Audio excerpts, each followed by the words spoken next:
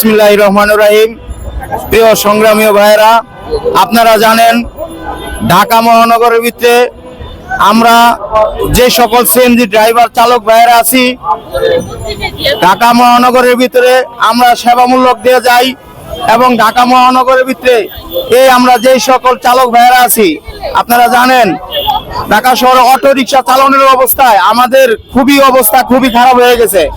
এখন মালিকরা আমাদের জমা এবং ঈদ বোনাস এটি তো দেয়ই না, তারপরে জমা নিয়ে অনেক নির্যাতন নিপীড়ন অনেক হয়রানি করে আমাদের।